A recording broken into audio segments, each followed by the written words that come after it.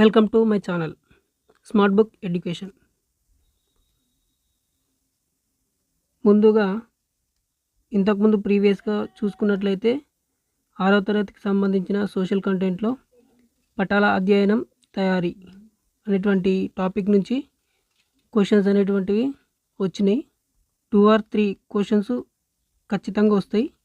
అది ఎస్ఏ కావచ్చు, ఎస్జిటి కావచ్చు, ఏదైనా సరే 2 or 3 క్వశ్చన్స్ కన్ఫామ్గా వస్తాయి. సో ఈ టాపిక్ని మనం చదువుకుందాం. ఒక ప్రదేశం సముద్ర తీరంలో ఉందా, పర్వతం పైన ఉందా, ఎడారిలో ఉందా, అయితే అది శీతల ప్రదేశమా లేక ఉష్ణ ప్రదేశమా? అది వర్షపాత ప్రాంతమా? అక్కడ ఎలాంటి చెట్లు పెరుగుతాయి? ఏ జాతి ప్రజలు నివసిస్తారు? వారు మాట్లాడే భాష, వారు చేసే వృత్తులు, వారి నివాసాలు మొదలైనవన్నీ మనం మానచిత్రాల ద్వారా తెలుసుకోవచ్చు. ఈ మానచిత్రాలు అనేటువంటివి 3 రకాలుగా ఉంటాయి. ఒకటి వచ్చేసి భౌతిక పటాలు, రాజకీయ పటాలు, చారిత్రక పటాలు. ఈ 3 పటాలను రకాలన్నమాట. వీటిని 3 రకాలుగా వర్గీకరించారు. ఒకటోది ఫస్ట్ పాయింట్ వచ్చేసి లైలా మల్లిక ఎక్కడ కలుసుకున్నారు? రెడ్ క్రాస్ సొసైటీ నిజామాబాద్లో. ఈ పాయింట్ అనేది లెసన్లో ఉన్నటువంటి క్యారెక్టర్స్ యొక్క మీటింగ్ అన్నమాట. మల్లిక వెంకటపురం గ్రామంలో, లైలా ఆదిలాబాద్లో నివసిస్తున్నారు. లైలా సెలవుల్లో మల్లిక ఇంటికి వెళ్ళాలనుకుంది. మల్లిక తన ఇంటి మార్గాన్ని లైలాకు చూపించడానికి చిత్తుపటాన్ని పంపించింది. చిత్తుపటం అంటే ఏంటంటే దీనికి దిక్కులనేటువంటివి చూపించడానికి ఉండదు. దాన్నే చిత్తుపటం అంటారు. ఓకే, అయితే దీన్ని మన కోడ్ ప్రకారంగా చాలా ఈజీగా క్రాక్ చేద్దాం. ఎట్లా అంటే ఇప్పుడు పైన సైడ్ ఉండేదాన్ని ఉత్తరం అంటారు, కింది సైడ్ ఉండేదాన్ని దక్షిణం అంటారు, రైట్ సైడ్ ఉండేదాన్ని తూర్పు అంటారు, లెఫ్ట్ సైడ్ ఉండేదాన్ని పడమర అంటారు. అయితే ఇక్కడ చాలామంది కన్ఫ్యూజ్ అవుతుంటారు. ఇప్పుడు దిశలు ఉంటాయి కదా, దిశలు ఏదే దిక్కుల మధ్యలో ఉంటుంది అనేటువంటిది చాలామంది కన్ఫ్యూజ్ అవుతుంటారు. సో మనం దాన్ని చాలా ఈజీగా కనుక్కుందాం. దానికి ఒక కోడ్ ఉంటుంది. అదేంటంటే ఊయీతు ఆదనైపవ. ఊయీతు ఆదనైపవ చాలా ఈజీ అండి ఇది. ఊయీతు ఆదనైపవ ఈ కోడ్ ఒకటి గుర్తుపెట్టుకుంటే చాలా వరకు దిశకు సంబంధించినటువంటి దిశలు ప్లస్ దిక్కులకు సంబంధించినటువంటి క్వశ్చన్ వస్తే చాలా ఈజీగా క్రాక్ చేయొచ్చు. దక్షిణ దిశకు అభిముఖంగా ఎదురుగా ఉండే దిశ ఉత్తరము. దక్షిణ దిశకు అభిముఖంగా ఎదురుగా ఉండే దిశ. దక్షిణం అంటే ఎక్కడ వస్తుంది? కిందికి వస్తుంది, కింది భాగాన.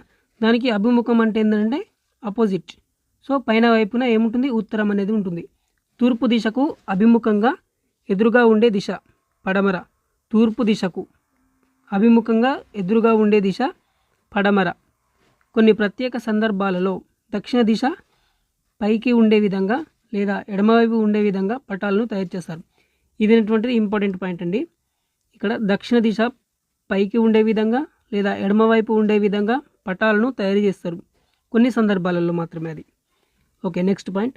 దిశ అనే దానిని ఒక స్థానం నుంచి సాపేక్షంగా చూపిస్తారు. అంటే ఫర్ ఎగ్జాంపుల్ మీ హౌస్ ఉందనుకోండి, హౌస్ని కేంద్రంగా చేసుకుని అంటే దాన్ని బేస్ చేసుకొని మనం దిక్కులను అనేటువంటివి చూపిస్తాం. దాన్నే సాపేక్షంగా చూపిస్తారని అంటారు. Okay, next point. ఒక స్థలాన్ని దేనితో పోలుస్తున్నామో దాన్ని బట్టి అది తూర్పున, పడమర, ప్లస్ ఉత్తరాన లేదా దక్షిణాన ఉన్నదని అంటాము. ఓకే, అంటే ఒక స్థలాన్ని దేనితో పోలుస్తున్నామో, ఫర్ ఎగ్జాంపుల్ ఇక్కడ హోమ్ ఉంది, ఇది ఏ దిక్కునుంది అనేటువంటిది ఒక ప్రదేశాన్ని బట్టి ఇటు దిక్కులను బట్టి పోలుస్తామన్నమాట. పటంలో ఉత్తర దిక్కును బాణం గుర్తుతో సూచిస్తారు. పటంలో ఉత్తర దిక్కును బాణం గుర్తుతో సూచిస్తారు. అది పైవైపు మాత్రమే ఉంటుంది, పైవైపుకి మాత్రమే ఉంటుంది. ఓకే, మనం తూర్పు దిశకు అభిముఖంగా నిలబడితే, ఎడమవైపు ఉండేది ఉత్తరము. ఫర్ ఎగ్జాంపుల్ ఇక్కడ నిలబడ్డాం అనుకో, తూర్పు దిశకు అభిముఖంగా అంటే ఇటు సైడు నిలబడితే వెనక సైడు పడమర ఉంటుంది, కుడివైపు దక్షిణము, ఎడమవైపు ఉత్తరము. ఓకే, ఇలా ఉంటాయి అన్నమాట. మనకి ఇక్కడ ఇచ్చింది కూడా అదే. ఎడమవైపు ఉండేది ఉత్తరము, కుడివైపు ఉండేది దక్షిణము, ముఖం ఎదురుగా తూర్పు, ముఖం వెనకాల పడమర. ఓకే. స్కేలు అంటే ఏంటిది? స్కేల్ అంటే ఏంటిది? పటంలో ఉన్న 2 బిందువుల లేదా ప్రదేశాల మధ్య దూరానికి మరియు భూమిపైన ఉండే వాస్తవ నిష్పత్తిని సూచిస్తుంది. అంటే మనం ఫర్ ఎగ్జాంపుల్ ఏంటంటే ఒక పటం ఉంది. పటంలో మనం ఒక పెన్నుతో కానీ పెన్సిల్తో కానీ 2 పాయింట్స్ రేజ్ చేసుకొని దాని మధ్యలో గీతని గీసామనుకోండి. ఆ 2 పాయింట్స్ మధ్యలో ఒక 2 సెంటీమీటర్స్ ఉందనుకుందాం ఫర్ ఎగ్జాంపుల్. అది రియల్గా అంటే రియల్ లైఫ్లో మన భూమి పైన ఎంత దూరం ఉంది అనేసి తెలుస్తుంది. ఫస్ట్ ఫర్ ఎగ్జాంపుల్ 50 కిలోమీటర్లు ఉందనుకుందాం. దాన్ని పటంలో 2 సెంటీమీటర్స్గా చూపిస్తే 2 ఇంటూ 50 వేసుకుంటే 2 అదిలా 10 అంటే 1000 అన్నమాట. 100 అన్నమాట. దాని కిలోమీటర్స్ 100. యాక్చువల్ డిస్టెన్స్ ఎంత? 100 అన్నమాట. దాన్ని అట్లా మెజర్ చేస్తారు. ఓకే. మానచిత్రాలు తయారు చేసేవారు వారి అవసరాలకు అనుగుణంగా చిహ్నాలను తయారు చేసుకుంటారు. ఓకే. మానచిత్రాలను తయారు చేసేవారు ఏం చేస్తారంటే వారికి అవసరాలకు అనుగుణంగా చిత్రాలను తయారు చేసుకుంటారు. అంటే ఇప్పుడు ఫర్ ఎగ్జాంపుల్ ఒక ఊరు ఉంది. ఆ ఊరిలో ఏమేమి ఉన్నాయి? హాస్పిటల్ ఉంది, హాస్పిటల్కి సంబంధించినట్టు సింబలు. లేదంటే చెరువు ఉంది, చెరువుకు సంబంధించిన సింబలు. చెట్లు ఉన్నాయి, చెట్లకు సంబంధించిన సింబలు. అట్లాంటి వాటిని యూజ్ చేసి ఎవరికి అనువుగా ఉండే విధంగా వాళ్ళు తయారు చేసుకుంటారు అన్నమాట. ఓకే.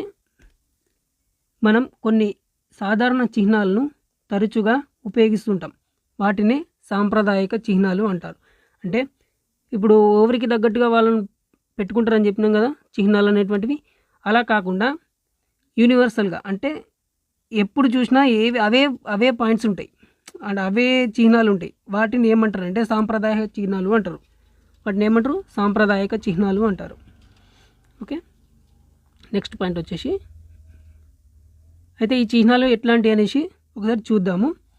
ఫస్ట్ వన్ వచ్చేసి ఇక్కడ కింద చెట్టు ఉంది, చెట్టు సింబల్ ఉంటుంది. చెరువు అంటే చెరువులాగా ఇట్లా చిన్న లేక్ లాగా ఉంటుంది. మట్టి రోడ్డు 2 లైన్స్ ఉంటాయి, ఇట్లా డాట్ డాట్స్ టైప్లా 2 లైన్స్ ఉంటాయి. ఓకే. తార్ రోడ్డు అంటే 2 లైన్స్ ఉంటాయి డైరెక్ట్గా. ఓకే. మసీద్ అంటే మసీద్ సింబల్ ఉంటుంది. గుడి అంటే గుడి సింబల్ ఉంటుంది, దానిపైన ఫ్లాగ్ ఎగురుతుంటుంది. చర్చి అంటే ప్లస్ గుర్తు ఉంటుంది. మీటర్ గేజ్ రైలు మార్గం అంటే ఎట్లుంటుందంటే ఒక సింపుల్గా లైన్ ఉండేసి దానిపైన ఒక చిన్న లైన్స్ ఉంటాయి అన్నమాట. అది మనం గుర్తుంచుకోవడానికి అది చిన్న అట్లా పెట్టుకోవాలి. బ్రాడ్ గేజ్ రైలు మార్గం అంటే ఏంటంటే బ్లాక్ ప్లస్ వైట్ కలర్లో ఉండేటువంటి ఇట్లా ఒక లైన్ని డ్రాగ్ చేస్తారు, కొంచెం లావుగా బోల్డ్గా డ్రాగ్ చేస్తారు అనమాట. అది బ్రాడ్ గేజ్ రైలు మార్గం అని చూసిస్తారు దాన్ని. ఓకే. నివాస ప్రాంతాలు ఎట్లుంటాయంటే చిన్న చిన్న డబ్బా షేప్లలో కానీ లేదంటే పూరి గుడిసె స్టైల్లో ఉంటాయి అన్నమాట. ఇంకా ఏంటంటే ఇక్కడ ఏమిచ్చిండు? తంతి తపాలా కార్యాలయం అని ఇచ్చిండు. తంతి తపాలా కార్యాలయం అంటే ఎట్లుంటుందంటే PTO, ఇది PTO అని రాస్తారు. పోలీస్ స్టేషన్కి జస్ట్ PS, అది సింపుల్గా అందరికి తెలిసే ఉంటుంది. RS railway station first letter plus స్టేషన్కి ఫస్ట్ లెటర్ RS, ఇట్లా గుర్తుపెట్టుకుంటే సరిపోతుంది. PO పోస్ట్ ఆఫీస్, PO అంటే పోస్టు, O అంటే office, post office. Okay. Okay. ఈరోజు 6వ తరగతికి సంబంధించినటువంటి ఫస్ట్ లెసన్లో ఉన్నటువంటి పటాల అధ్యయనం తయారీ, ఈ లెసన్కి సంబంధించినటువంటి ముఖ్యమైన పాయింట్స్ అనేటువంటి అయిపోయాయండి. ఈ లెసన్కి సంబంధించిన టాపిక్స్ అయిపోయాయి కాబట్టి మీరు మా ఛానల్ని సబ్స్క్రైబ్ చేయకపోతే సబ్స్క్రైబ్ చేయండి, షేర్ చేయండి, లైక్ చేయండి. మీ ఫ్రెండ్స్ అందరికీ చెప్పి లైక్ చేయించండి కూడా. ఎందుకంటే మరిన్ని వీడియోస్ కావాలంటే లైక్ తప్పనిసరి, షేర్ తప్పనిసరి, సబ్స్క్రైబ్ కూడా తప్పనిసరి. ఓకే. సెకండ్ టాపిక్లోకి వెళ్ళిపోదాం. సెకండ్ టాపిక్ వచ్చేసి గ్లోబు భూమికి నమూనా. రైట్. గ్లోబు భూమికి నమూనా అని అంటున్నాడు. అంటే ఏంటిది? మన భూమి ఉంది కదా, చిన్నప్పుడు మనము స్కూళ్ళల్లో చూస్తుంటాం. అంటే ఇప్పుడు మనం పిల్లలకు చెప్పే స్టేజ్లో ఉన్నాం కాబట్టి చిన్నప్పుడు మనము సార్ టేబుల్ పైన చూస్తాం భూమి అనేది. అది ఎట్లుంటుంది? తిప్పితే తిరుగుతుంది కదా గ్లోబ్. సేమ్ అదే గ్లోబ్ మాదిరిగా భూమి కూడా ఉంటుందని చెప్పేసి మనకు చెప్తున్నాడు. అది ఎట్లుందో ఒకసారి చూద్దాం. మనకు కావలసిన విషయాలన్నీ అంతర్జాలంలో, ఇంటర్నెట్లో చూడొచ్చు, అది అందరికీ తెలుసు. ఓకే. భూమి బంతి మాదిరిగా గుండ్రంగా ఉంటుంది. భూమి ఎట్లుంటుంది? బంతి మాదిరిగా గుండ్రంగా ఉంటుంది. భూమికి గ్లోబు ఒక నమూనాగా చెప్పవచ్చు. ఓకే. భూమికి గ్లోబ్ అనేటువంటిది ఒక నమూనాగా చెప్పవచ్చు. గ్లోబు భూమి ఆకారాన్ని, నేల, నీరు, ఖండాలు, మహాసముద్రాలు, ప్రపంచంలోని ముఖ్య దేశాలను చూపుతుంది. ఓకే, గ్లోబ్ అనేటువంటిది ఏమేమి చూపిస్తుంది అంటే భూమి ఆకారాన్ని చూపిస్తుంది, నేల చూపిస్తుంది, నీరు చూపిస్తుంది, ఖండాలు, మహాసముద్రాలు, ప్రపంచంలోని ముఖ్య దేశాలను చూపుతుంది. దానివల్లనే భూమి యొక్క నమూనా అని అంటున్నాడు. దేనికి? గ్లోబ్కి నమూనా అంటున్నాడు. ఓకే, భూమి మీద అధిక భాగంలో మహాసముద్రాలు ఆవరించి ఉండడం వల్ల భూమి నీలి చందమామలాగా కనిపిస్తుంది. ఓకే, భూమి ఒక బంతిలాగా లేదా గోళాకారంలో కనబడుతుంది. భూమికి కింది వైపు ఉన్న మనిషి తలక్రిందులుగా ఉన్నాడు అని అనిపిస్తుంది, కానీ అలా ఎప్పటికీ ఉండడు. ఓకే, మనం ఎప్పుడు భూమి మీద నుంచి పడిపోము. దానికి కారణం ఏంటంటే గ్రావిటేషన్ అండి. ఖచ్చితంగా గ్రావిటేషన్ అనే. ఓకే, గ్రావిటేషన్ వల్ల మనకు ఖచ్చితంగా కింద పడిపోము. పడిపోతే భూమిపైనే పడతాం, భూమి నుంచి మాత్రం బయటకి విశ్వంలోకి పడిపోము. ఓకే, భూమి ఒక బలమైన అయస్కాంతంలాగా పనిచేస్తూ మనలను తన వైపు ఆకర్షిస్తూ ఉంటుంది. నిజం చెప్పాలంటే మనం భూమి మీద పడతాం, కానీ భూమి పైనుంచి పడిపోము. నేను చెప్పింది కూడా ఇంతకుముందు ఇదే. Okay, next point. నిజానికి భూమి ఖచ్చితమైన గోళాకారంలో ఉండదు, అలాగని ఖచ్చితంగా గుండ్రంగా కూడా ఉండదు. ఉత్తర దక్షిణ ధృవాలు దగ్గరగా కొద్దిగా నొక్కుకుపోయి భూమధ్య రేఖ వద్ద ఉబ్బినట్లు ఉంటుంది. ఇక్కడ ఇది చాలా ఇంపార్టెంట్ పాయింట్ అండి, ఎందుకంటే ఇంతకుముందు ఇది ఒకసారి అడిగిండు. ఓకే, నిజానికి భూమి ఖచ్చితమైన గోళాకారంలో ఉండదు, అలాగని ఖచ్చితంగా గుండ్రంగా కూడా ఉండదు. ఉత్తర ధ్రువము దక్షిణ ధ్రువము దగ్గరగా కొద్దిగా నొక్కినట్టు ఉంటుందన్నమాట. భూమధ్య రేఖ ఉబ్బినట్టు ఉంటుంది. ఓకే, ఇది మాత్రం ఖచ్చితంగా గుర్తుపెట్టుకోండి. భూమి ఆకృతికి సంబంధించి ఆసక్తికరమైన విషయం ఏంటంటే ఒక స్థానం నుంచి ఒక దిశలో వెనుదిరగకుండా మనం ప్రయాణం చేయడం మొదలు పెడితే తిరిగి అదే స్థానానికి చేరుతాం. అంటే ఇక్కడ ఏమంటున్నాడంటే, ఫర్ ఎగ్జాంపుల్ ఒక పాయింట్ దగ్గర స్టార్ట్ అయ్యి భూమి చుట్టూ తిరిగినామనుకో మళ్ళీ తిరిగి అదే పాయింట్కి వస్తామని చెప్పేసి ఇక్కడ చెప్తున్నాడు. ఓకే, భూమి ఆకృతికి సంబంధించి ఆసక్తికరమైన విషయం ఏమిటంటే ఒక స్థానం నుంచి ఒకే దిశలో వెనుదిరగకుండా మనం ప్రయాణం చేయడం మొదలు పెడితే తిరిగి అదే స్థానానికి చేరతాము. అనగా ఒక స్థానం వద్ద బయలుదేరి అదే రేఖలో వెళుతూ ఉంటే బయలుదేరిన స్థానానికి మనం తిరిగి చేరుతామని దాని అర్థం. ప్రాచీన కాలంలోనే భారతదేశం మరియు యూరోప్లోని శాస్త్రవేత్తలు బంతి మాదిరి గుండ్రంగా ఉంటుందని గ్రహించారు. ఓకే, నెక్స్ట్ పాయింట్ వచ్చేసి ఇటలీ దేశానికి చెందిన కొలంబస్ అనే అన్వేషకుడు. ఎవరు? ఇక్కడ కూడా ఇది ఇంపార్టెంట్ పాయింట్ అండి, నోట్ చేసుకోండి.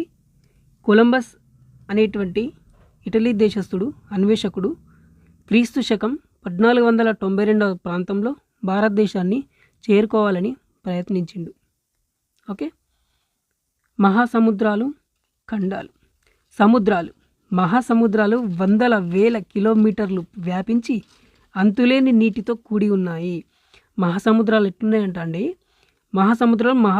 సముద్రాలు మహాసముద్రాలు వందల వేల కిలోమీటర్లు వ్యాపించి అంతులేని నీటితో కూడి ఉంటాయి.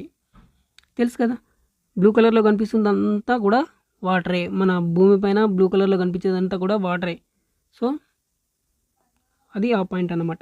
నెక్స్ట్ పాయింట్ వచ్చేసి సముద్రాలలో ఒకవైపు నుంచి మరొక వైపు ప్రయాణించాలంటే నౌకల ద్వారా పోవాలి. అయితే ఆ ప్రయాణం కొన్ని రోజులు లేదా నెలలు కూడా పట్టవచ్చు. ఓకే, మనం మహాసముద్రాల మీద జీవించలేం, నేల మీద జీవిస్తాం.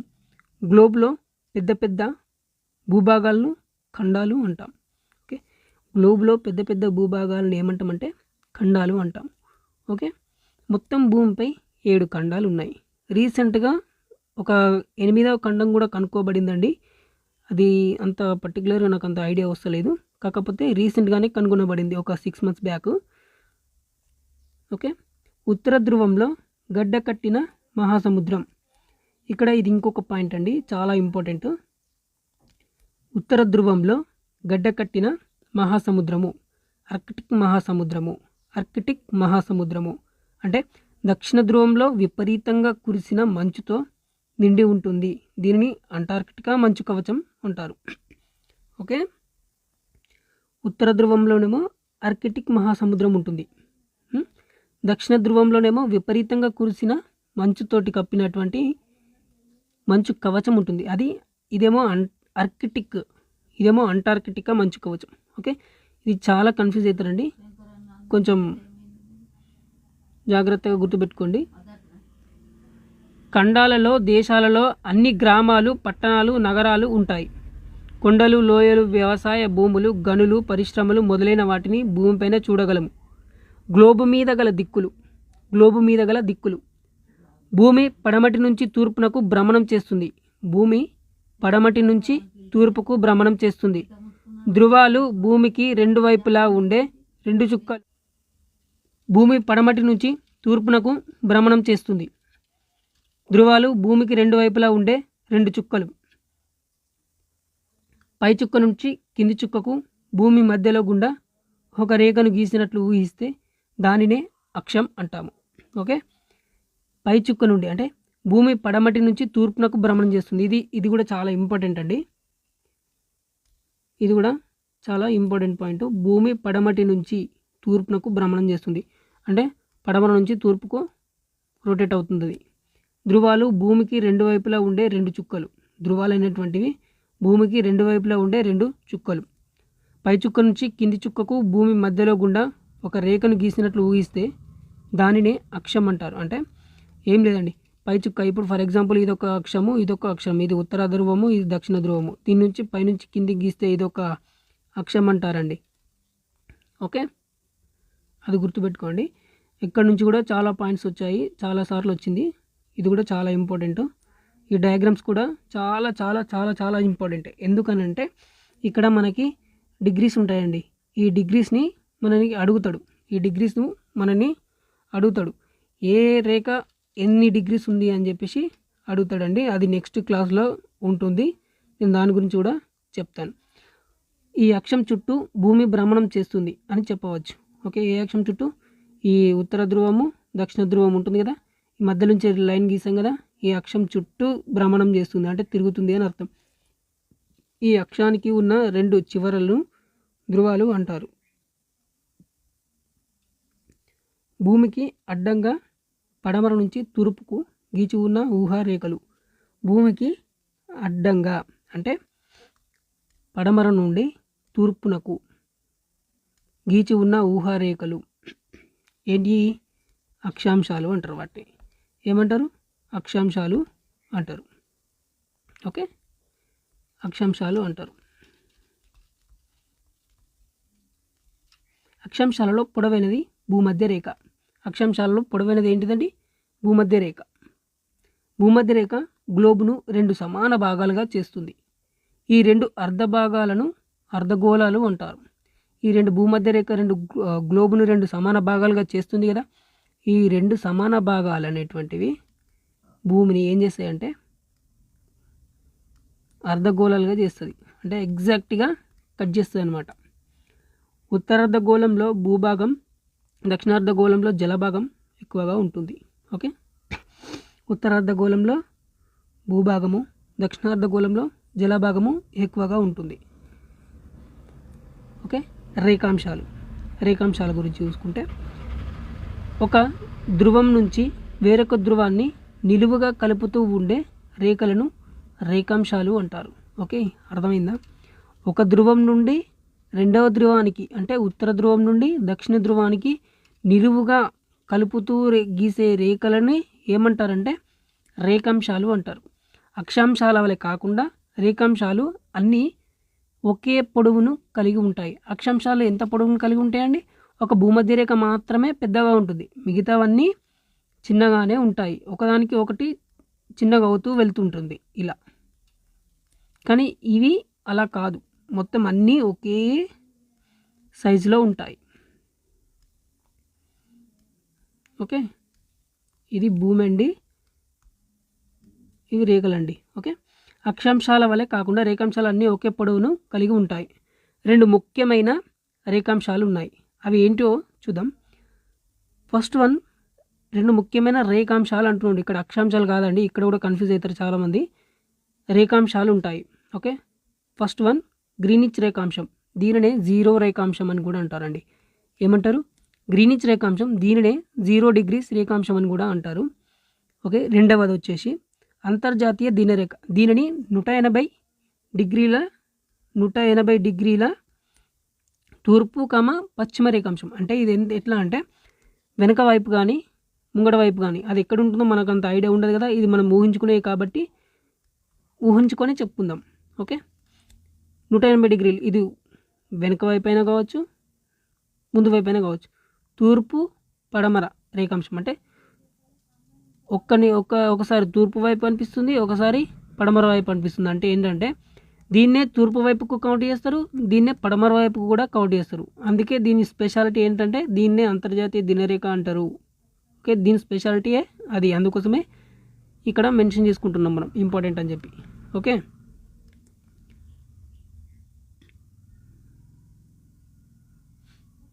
నెక్స్ట్ పాయింట్ వచ్చేసి చూద్దామండి. అక్షాంశాలు రేఖాంశాలు కలిసి గ్లోబ్ను ఒక వలలాగా కప్పి ఉంచి ఒక ప్రాంతాన్ని గుర్తించడానికి ఉపయోగపడతాయి. ఇక్కడ అర్థమైందా అండి? అక్షాంశాలు అనేటువంటివి ఎట్లుంటాయంటే అడ్డంగా ఉంటాయి. అవునా, అక్షాంశాలు అడ్డంగా ఉంటాయి, రేఖాంశాలు నిలువుగా ఉంటాయి. ఈ రెండు కలిపి ఏమవుతున్నాయంటే ఇక్కడ స్క్వేర్ ఏర్పడుతుంది. ఇలా ఒక చిన్న స్క్వేర్ కాకుండా ఒక కొన్ని నంబర్ ఆఫ్ స్క్వేర్స్ ఏర్పడతాయి. ఇది మనకి ఎట్లా కనిపిస్తుంది అంటే వలలాగా కనిపిస్తుంది. ఈ ప్రాంతాలు ఎట్లా ఏర్పడతాయి అంటే, ఈ ప్రాంతాలు ఏం తెలుపుతాయి అంటే ఒక ప్రాంతం గురించి తెలుపుతాయి. అంటే ఇక్కడ ఈ ప్రాంతం ఉందని చెప్పేసి చెప్పడానికి, పర్టికులర్గా చెప్పడానికి మనకి ఈ గ్రిడ్స్ అనేటువంటివి ఉపయోగపడతాయండి. ఓకే, ఒక ప్రాంతపు అక్షాంశము రేఖాంశం తెలిస్తే ఆ ప్రాంతాన్ని గ్లోబు మీద కానీ లేదా మానచిత్రంలో కానీ సులభంగా గుర్తించగలుగుతామండి. దీని ప్రకారమే మనకి ఇప్పుడు మొబైల్స్లో కానీ ల్యాప్టాప్స్లలో కానీ ఇంకెక్కడైనా సరే మ్యాప్స్ అనేటువంటి యాప్ ఉంటుంది. అది ఎగ్జాక్ట్గా దీన్ని బేస్ చేసుకొని మాత్రమే డెవలప్ చేశారండి. ఓకే, అది గుర్తుపెట్టుకోండి. నెక్స్ట్ ఏంటంటే థర్డ్ లెసన్ అండి. సెకండ్ లెసన్ కూడా అయిపోయింది కాబట్టి కొంచెం కాన్సన్ట్రేట్గా వినండి. సెకండ్ లెసన్ కూడా కంప్లీట్ చేసుకున్నాము. కాన్సన్ట్రేటెడ్గా వినండి, మంచిగా చదవండి. ఓకే, టెట్లో 120+ అలా వచ్చేటట్టు చదవండి. సోషల్కి సంబంధించి కంటెంట్ పూర్తిగా నేను పెడతాను, మీరు చూడండి. 6th కానీ 7th కానీ 8th కానీ 9th కానీ 10th కానీ అన్ని క్లాస్కి సంబంధించినటువంటి, ఒక తెలంగాణనే కాదండి ఏపీకి సంబంధించినటువంటి క్లాసెస్ కూడా నేను ఇందులో అప్లోడ్ చేస్తాను. మీరు లైక్ చేయండి, సబ్స్క్రైబ్ అయితే చేయండి ఖచ్చితంగా. ఎందుకంటే ఫర్దర్గా నేను పెట్టే వీడియోస్ అన్నీ మీకు తొందరగా వస్తాయి అన్నమాట. అట్లా మీకు కూడా యూస్ఫుల్గా ఉంటుంది. సో మనం ఇంకా లేట్ చేయకుండా థర్డ్ లెసన్కి వెళ్ళిపోదాము. భూస్వరూపాలు. ఓకే, భూస్వరూపాలు అండి. మనం నివసిస్తున్న భూమి సమతలంగా లేదా ఏకరీతిగా కానీ లేదు. మనం నివసించేటువంటి భూమి సమతలంగా లేదు, ఏకరీతిగా లేదు. అనేక రూపాల్లో ఎత్తు పల్లాలుగా ఉంటుంది. ఓకే, అనేక రూపాల్లో ఎత్తు పల్లాలుగా ఉంటుంది. కొన్ని చోట్ల ఉన్నతి చెందిన పర్వతాలు కొండలుగా అత్యధిక వాలుతోనూ, కొన్ని చోట్ల విశాలమైన పల్లపు ప్రదేశాలుగా ఉంది. ఓకే, భూస్వరూపాలు ముఖ్యంగా 3 రకాలండి. ఇది కూడా చాలా చాలా ఇంపార్టెంట్ అండి, పాయింట్ గుర్తుపెట్టుకోండి. భూస్వరూపాలు ముఖ్యంగా 3 రకాలు. అవి పర్వతాలు, పీఠభూములు, మైదానాలు. ఈ 3 చాప్టర్స్ నుంచి ప్రతి టెట్లో బిట్ వచ్చిందండి. ప్రతి టెట్లో బిట్ వచ్చింది, డిఎస్సిలో కూడా బిట్ వచ్చింది. ఓకే, ఇది మీకు స్కూల్ లెవెల్లో కూడా చాలా చాలా ఇంపార్టెంట్ అయినటువంటి టాపిక్ అండి. ఓకే, ఇందులోంచి 100%గా బిట్ కన్ఫర్మ్ అండి. కొంచెం కాన్సన్ట్రేటెడ్గా చదవండి. ఓకే, పర్వతాలు అత్యధిక ఎత్తులను వాలులను కలిగి వాటిపైన అతి తక్కువ సమ ఉపరితలాన్ని కలిగి ఉంటాయండి. భారతదేశంలో హిమాలయాలు, అరావళి, వింధ్య, సాత్పురా ముఖ్యమైన పర్వతాలు. ఓకే, ఇక్కడ ఏంటంటే ఏమంటున్నాడంటే పర్వతాలు అత్యధిక ఎత్తును వాలును కలిగి, పర్వతాలు ఎట్లుంటాయి, అత్యధిక ఎత్తును ప్లస్ వాలును కలిగి ఉంటాయి. ఓకే, అతి తక్కువ సమ ఉపరితలం అంటే ఏంటంటే ఫ్లాటెడ్ ప్లేస్ తక్కువ కలిగి ఉంటుంది అనమాట. ఇప్పుడు ఇక్కడ ఇది ఎత్తుకున్న తర్వాత ఇక్కడ ఫ్లాటెడ్ ప్లేస్ తక్కువ ఉంటుంది కదా అండి, హీట్లో వస్తుంది అనుకుందాం ఫర్ ఎగ్జాంపుల్, ఇక్కడ తక్కువ ఉంటుంది కదా అది. అయితే ఇట్లాంటివి మన భారతదేశంలో ఏమేమి ఉన్నాయనంటే హిమాలయ పర్వతాలు, అరావళి ప్లస్ వింధ్య, సాత్పురా. ఇది అరావళి, వింధ్య అని మనం కలిపి చదువుతామండి, కాదండి ఇది రెండు వేరువేరండి, గుర్తుపెట్టుకోండి. హిమాలయాలు, అరావళి, వింధ్య, సాత్పురా ముఖ్యమైనటువంటి పర్వతాలండి. ఓకే, మన రాష్ట్రంలో ఆదిలాబాద్, నిర్మల్, జగిత్యాల, పెద్దపల్లి, వికారాబాద్, మహబూబ్ నగర్, నాగర్ కర్నూల్, భద్రాద్రి కొత్తగూడెం మరియు జయశంకర్ జిల్లాలలో అక్కడక్కడ కొండల వలసలు చూడవచ్చు. ఓకే, ఎక్కడెక్కడ అండి మళ్ళొకసారి చెప్పుకుందాం. మన రాష్ట్రంలో ఆదిలాబాదు, నిర్మల్, జగిత్యాల, పెద్దపల్లి, వికారాబాద్, మహబూబ్ నగర్, నాగర్ కర్నూల్, భద్రాద్రి కొత్తగూడెము మరియు జయశంకర్ జిల్లాలలో అక్కడక్కడ కొండల వలసలు చూడవచ్చు. అవి వాటి పేర్లు ఉంటాయండి. ఆ పేర్లను మనం ఒకసారి చూద్దామండి. ఆదిలాబాద్, నిర్మల్ ఇక్కడ ఏమని పిలుస్తారంటే ఈ కొండల్ని సాత్మల కొండలు అని పిలుస్తారు. ఓకే, సాత్మల కొండలు అని పిలుస్తారు. మహబూబ్ నగర్, నాగర్ కర్నూల్లో ఏమని పిలుస్తారు, బాలాఘట్ శ్రేణులు అని పిలుస్తారు. వికారాబాద్లో అనంతగిరి కొండలు. ఓకే, పెద్దపల్లి, జయశంకర్ జిల్లాల్లో ఎట్లా పిలుస్తారు, కందికల్ కొండలు అని పిలుస్తారు. జగిత్యాలలో రాగి కొండలు అని పిలుస్తారు. ఓకే, ఈ కొండల శ్రేణుల లోయల మధ్యలో నుంచి కృష్ణ, గోదావరి వంటి నదులు ప్రవహిస్తున్నాయి. ఓకే, కృష్ణ, గోదావరి వంటి నదులు ప్రవహిస్తున్నాయి. ఏ కొండల మధ్యలో, ఇప్పుడు నేను చెప్పిన కొండల మధ్యలో. ఏవి, సాత్మల కొండలు, బాలాఘట్ శ్రేణులు, అనంతగిరి కొండలు, కందికల్ కొండలు, రాకి కొండల మధ్యలో నుంచి కృష్ణ, గోదావరి వంటి నదులు ప్రవహిస్తున్నాయి. పీఠభూములు అనేవి ఎత్తైన ప్రదేశాలు.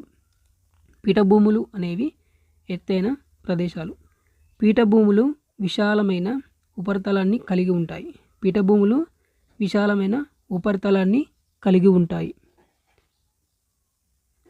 పీఠభూముల నడుమ అక్కడక్కడ కొండలుంటాయి.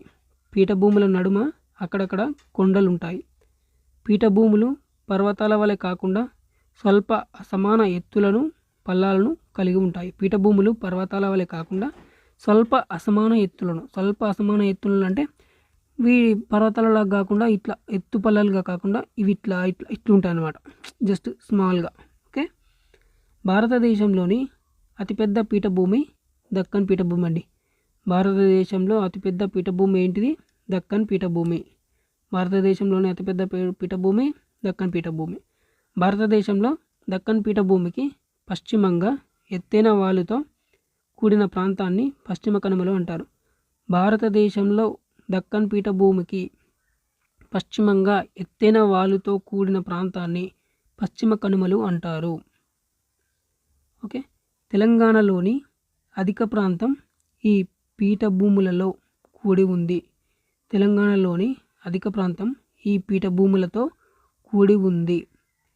ఈ ప్రాంతం ఏ ప్రాంతము, తెలంగాణ ప్రాంతం. ఏ పీఠభూమి, దక్కన్ పీఠభూమి. దక్కన్ పీఠభూమితోటి కూడి ఉంటుంది. ఈ ప్రాంతం దక్కన్ పీఠభూమిలో ఒక భాగం. ఏ ప్రాంతం, తెలంగాణ ప్రాంతము దక్కన్ పీఠభూమిలో ఒక భాగము. హైదరాబాద్, సికింద్రాబాద్ నగరాలు ఈ పీఠభూమిలోనే ఉన్నాయి. హైదరాబాద్ నగరము ప్లస్ సికింద్రాబాద్ నగరము, ఈ రెండు నగరాలు కూడా దక్కన్ పీఠభూమి భాగంలోనే ఉన్నాయి. తెలంగాణ అధిక ప్రాంతం దక్కన్ పీఠభూమిలో ఉండుట వల్ల ఈ ప్రాంతంలోని పీఠభూమి తెలంగాణ పీఠభూమి అంటారు. ఏమంటారంటే తెలంగాణ అధిక ప్రాంతం దక్కన్ పీఠభూమిలో ఉండటం వలన ఈ ప్రాంతంలోని పీఠభూమిని తెలంగాణ పీఠభూమి అని అంటారు. పర్వతాలు పీఠభూముల వలె కాకుండా సున్నితమైన వాలు కలిగిన సమతల విశాల ప్రాంతాలే మైదానాలు. ఓకే, ఇప్పుడు ఏమైపోయింది? పీఠభూమి అయిపోయింది, పర్వతాలు అయిపోయిందండి. ఇప్పుడు మైదానాలు. ఓకే, పర్వతాలు పీఠభూముల వలె కాకుండా సున్నితమైన వాలు కలిగిన సమతల విశాల ప్రాంతాలు. సమతల విశాల ప్రాంతాలు ఏంటి అండి? మైదానాలు. సమతల విశాల ప్రాంతాలు ఏంటి? మైదానాలు. ఓకే, మైదానాలు. నదులు మేట వేసిన ఒండ్రుతో ఈ ప్రాంతాలు ఏర్పడతాయి. నదులు మేట వేసిన ఒండ్రుతో ఈ ప్రాంతాలు ఏర్పడతాయి. ఏ ప్రాంతాలు? మైదానాలు ఏర్పడతాయి. మైదానాలు ఏర్పడతాయి. నదులు మేట వేసిన ఒండ్రుతో మైదానాలు ఏర్పడతాయండి. Okay, next point. సింధు మరియు దాని ఉపనదులు పంజాబ్ మైదానాన్ని ఏర్పరిచాయి. ఇక్కడ ఏంటంటే సింధు మరియు దాని ఉపనదులు పంజాబ్ మైదానాన్ని ఏర్పరిచాయి. గంగా నది ఉత్తరప్రదేశ్, బీహార్ మరియు బెంగాల్ రాష్ట్రాల గుండా ప్రవహిస్తూ గంగా మైదానాన్ని ఏర్పరిచింది. ఇది కూడా చాలా ఇంపార్టెంట్ పాయింట్ అండి. ఈ 2 పాయింట్స్ కూడా చాలా ఇంపార్టెంట్ పాయింట్స్. సింధు మరియు దాని ఉపనదులు పంజాబ్ మైదానాన్ని, సింధు పంజాబ్ కొంచెం సిమిలర్గా ఉంది కదా వర్డ్. సింధు పంజాబ్ మైదానాన్ని ఏర్పరిచాయి. ఓకే, దాని ఉపనదులు కలిపి గంగా నది ఉత్తరప్రదేశ్, బీహార్ మరియు బెంగాల్ రాష్ట్రాల గుండా ప్రవహిస్తూ గంగా మైదానాన్ని ఏర్పరిచింది. ఈ 2 విశాల మైదానాలను కలిపి గంగా సింధు మైదానాలు అని పిలుస్తారు. ఓకే, గంగా సింధు మైదానాలని పిలుస్తారు. తూర్పు తీర మైదానం భారతదేశపు తూర్పు దిక్కున బంగాళాఖాత తీరానికి ఆనుకొని ఉంది. తూర్పు తీర మైదానము భారతదేశపు తూర్పు దిక్కున బంగాళాఖాత తీరానికి ఆనుకొని ఉంటుంది. ఓకే, తమిళనాడు, ఆంధ్రప్రదేశ్, ఒడిస్సా మరియు పశ్చిమ బెంగాల్ రాష్ట్రాలలోని అధిక ప్రాంతం తూర్పు తీర మైదానంలోకి వస్తుంది.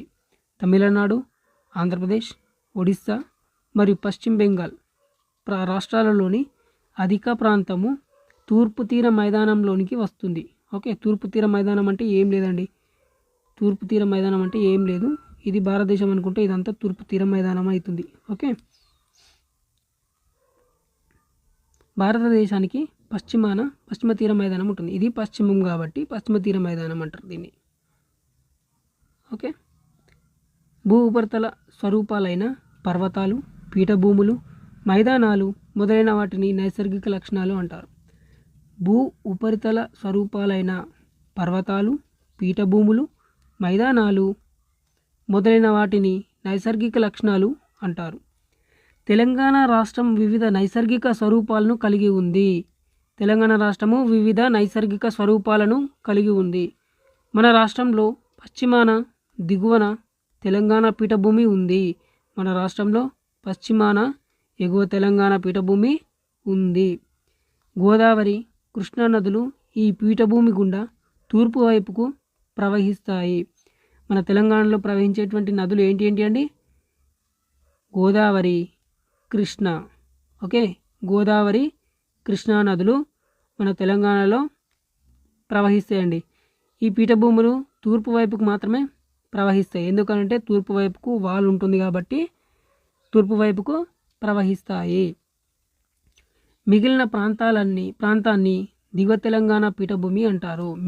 మిగిలిన ప్రాంతాన్ని దిగువ తెలంగాణ పీఠభూమి అంటారు. ఇది కూడా తూర్పు వైపుకు వాలి ఉంటుంది. ఓకే, ఇది కూడా తూర్పు వైపుకు వాలి ఉంటుంది.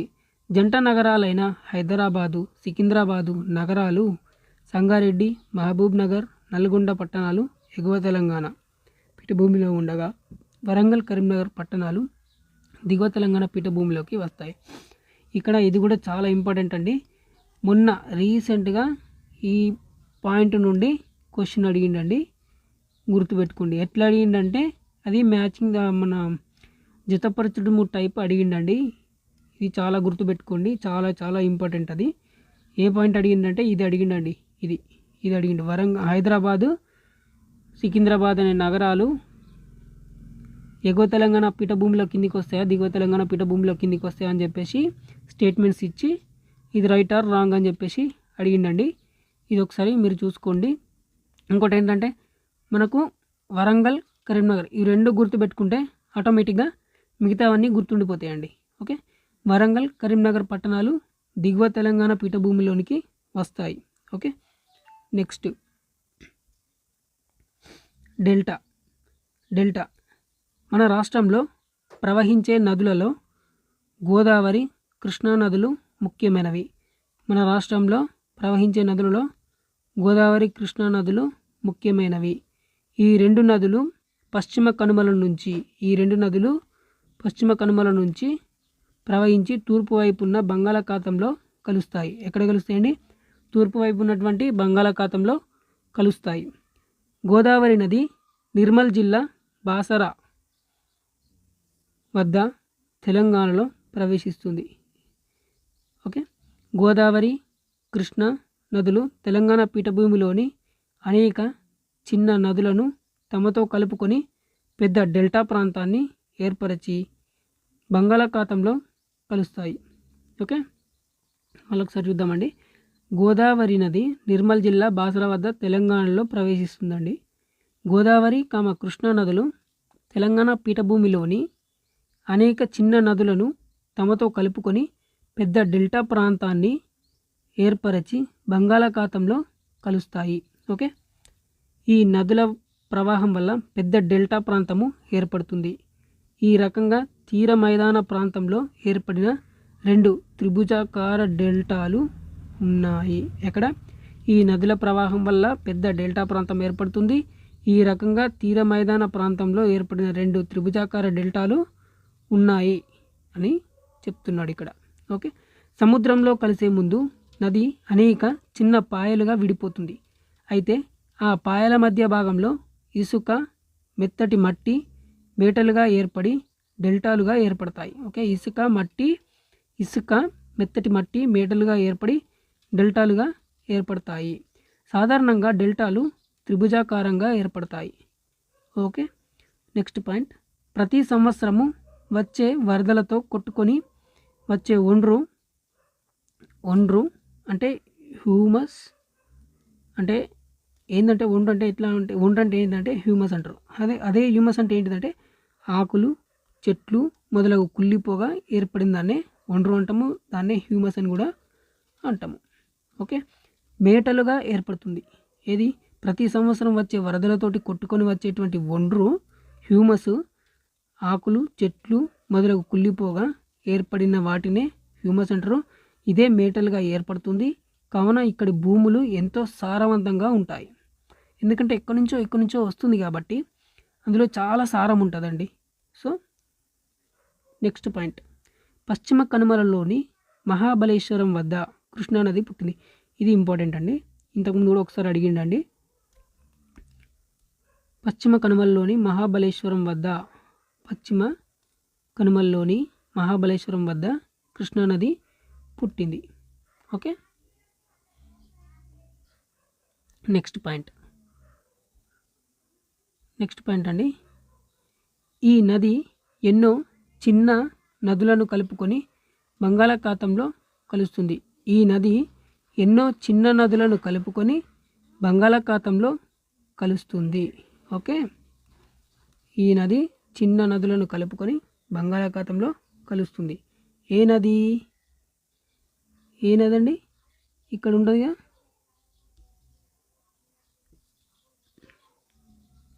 కృష్ణానది. ఓకే, కృష్ణానది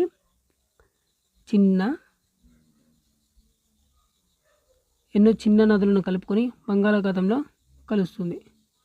కృష్ణా డెల్టాలోని ఒక గ్రామం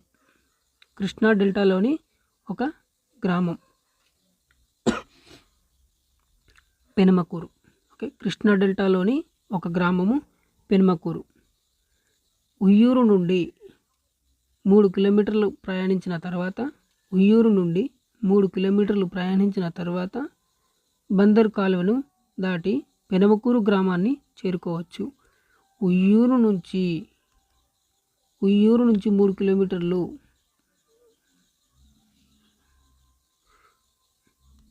ఉయ్యూరు నుంచి 3 కిలోమీటర్లు ప్రయాణించిన తర్వాత బందర్ కాలువను దాటి పెనమకూరు గ్రామాన్ని చేరుకోవచ్చు. ఓకే. విజయవాడలోని కృష్ణానది మీద ఉన్న ప్రకాశం బ్యారేజీ నుంచి బందర్ కాలువ ప్రవహిస్తుంది. పెనమకూరు గ్రామానికి వాయువ్య ప్రాంతం నుంచి ఆగ్నేయ ప్రాంతానికి ఈ కాలువ ప్రవహిస్తుంది. పెనమకూరు గ్రామానికి వాయువ్య ప్రాంతం నుంచి ఆగ్నేయ ప్రాంతానికి ఈ కాలువ ప్రవహిస్తుంది. వాయువ్యం అంటే ఇక్కడ మనం చెప్పుకున్నాం కదా కోడ్ వచ్చేసి. ఇప్పుడు కోడ్ని చూసుకుందాం. ఎట్లా వేసుకుంటే ఊ ఈ తు ఆ ద నై ప వ అంటే ఇక్కడ నుండి ఆగ్నేయం ఊ ఈ తు ఆ ఇక్కడ ఇలా ప్రవహిస్తుంది అన్నమాట. ఓకే. ఏదండి? బందర్ కాలువ. ఓకే. గ్రామంలో పంట భూములకు చిన్న చిన్న కాలువల ద్వారా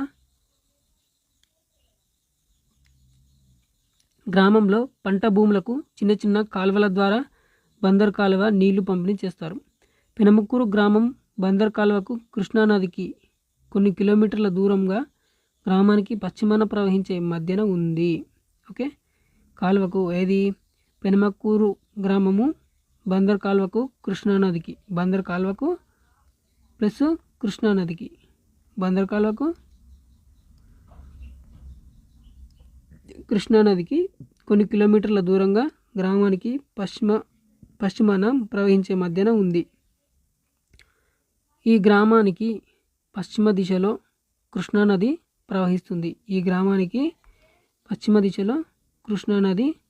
ప్రవహిస్తుంది. బందర్ కాలువను ఆనుకొని పూరేళ్లు ఉంటాయి. ప్రకాశం బ్యారేజీ కృష్ణానది ఉత్తర ఒడ్డున విజయవాడ నగరంలో ఉంది. ప్రకాశం బ్యారేజీ కృష్ణానది ఉత్తర ఒడ్డున విజయవాడ నగరంలో ఉంది. ఓకే. ఇక్కడ ఇంకొక పాయింట్ అండి, ఇది ఇంపార్టెంట్. 1853 సంవత్సరంలో బ్రిటిష్ వారు విజయవాడ దగ్గర కృష్ణానదిపై బ్యారేజీ నిర్మించాడు. దీనినే ప్రకాశం బ్యారేజీగా పిలుస్తున్నాం. ఇది మొన్న లాస్ట్ టైము డిఎస్సిలో అడిగాడండి. ఓకే. డిఎస్సిలో అడిగాడు. ఈ బ్యారేజీ నుంచి కాలువల మళ్లిన నీటితో 12 లక్షల ఎకరాలు భూమి సాగవుతుంది. ఈ బ్యారేజీ నుంచి కాలువలకు మళ్లించిన నీటితోటి 12 లక్షల ఎకరాల భూమి సాగవుతుంది. పెనమకూరు నేలలు చాలా వరకు సారవంతమైన ఒండ్రు నల్లరేగడి భూములు అండి. పెనమకూరు నేలలు ఏంటి అంటే చాలా వరకు సారవంతమైనటువంటి ఒండ్రు నల్లరేగడి భూములు. నదులు నిక్షిప్తం చేసిన నేలలను ఉండలి నేలలు లేదా ఒండ్రు నేలలు లేదా ఒండ్రు భూమి అని అంటారు. ఓకే. ఈ భూములు సారవంతంగా ఉండి ఎక్కువ నీటిని పట్టి ఉంచుకోగలడంలో పాటు వీటితో అధిక పోషక పదార్థాలు ఉంటాయి. ఈ భూములలో పంటలు బాగా పండుతాయి. ఇక్కడ 15 అడుగుల లోతు వరకు మనకు నల్లరేగడి మట్టి, 15 అడుగుల వరకు లోతు వరకు నల్లరేగడి మట్టి కనిపిస్తుంది. ఈ భూములు వర్షాకాలంలో ఎంతో జిగురుగా ఉండి చాలా కాలం వరకు తేమను పోగొట్టుకోకుండా ఉంటాయి. ఓకే. నల్లరేగడి నేలలు అనేటువంటివి ఇవి ఆరిపోతున్నప్పుడు భూమి ఉపరితలం పైన పగుళ్ళు ఏర్పడతాయి.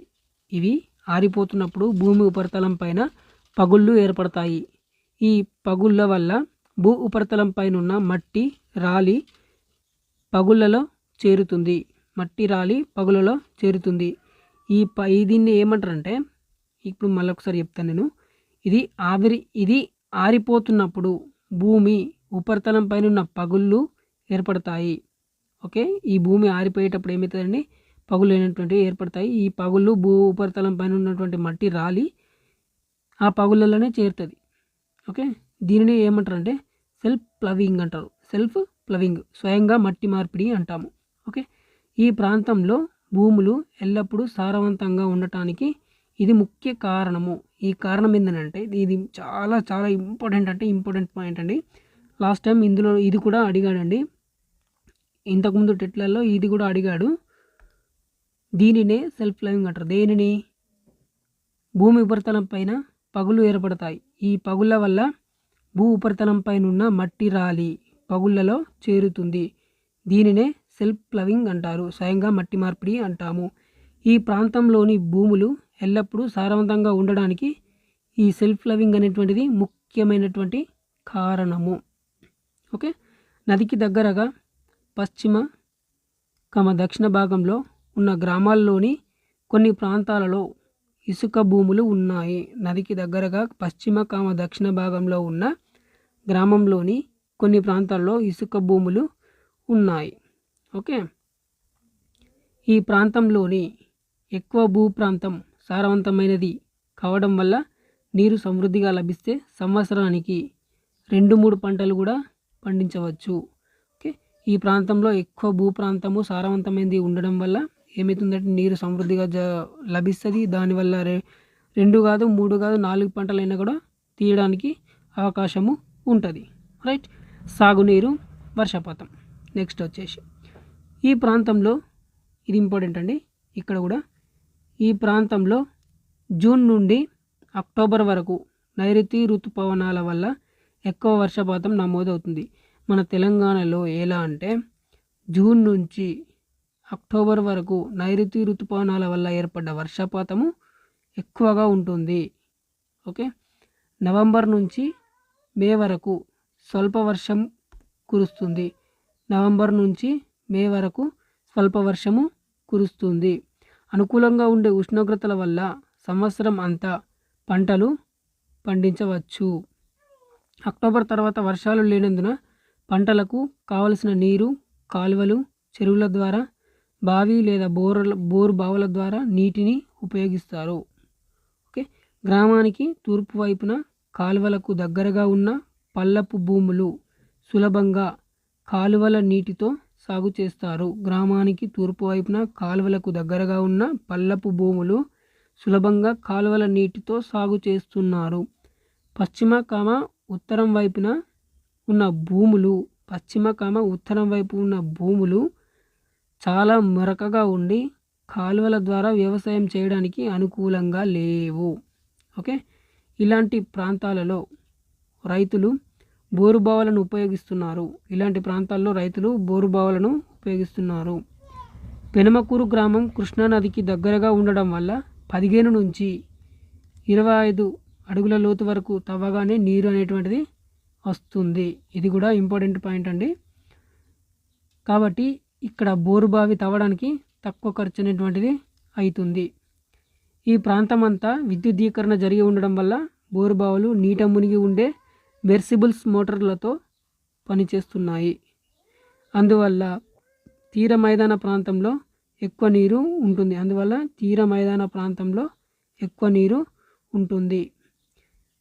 ఈ మధ్యకాలంలో కాలువల నీటి ద్వారా నీరు సాగు చేయలేని మెట్ట భూములకు బోరుబావుల ద్వారా నీటిని అధికంగా ఉపయోగిస్తున్నారు. ఆంధ్రప్రదేశ్ రాష్ట్రంలో తరచూ వరదలు వచ్చే జిల్లాల్లో కృష్ణా జిల్లా ఒకటి. ఇది కూడా ఇంపార్టెంట్ అండి. ఆంధ్రప్రదేశ్ రాష్ట్రంలో తరచూ వరదలు వచ్చే జిల్లాలలో కృష్ణా జిల్లా ఒకటి. నదీ పరివాహక ప్రాంతాలలో బాగా వర్షాలు పడ్డప్పుడు వరదలు వస్తాయి. వరద నీటి వల్ల పెద్ద ఆనకట్టలు పూర్తి స్థాయిలో నిండిపోయినప్పుడు నీరు దిగువకు విడుదల చేస్తారు. ఓకే. మిగతాది రేపు చూసుకుందామండి.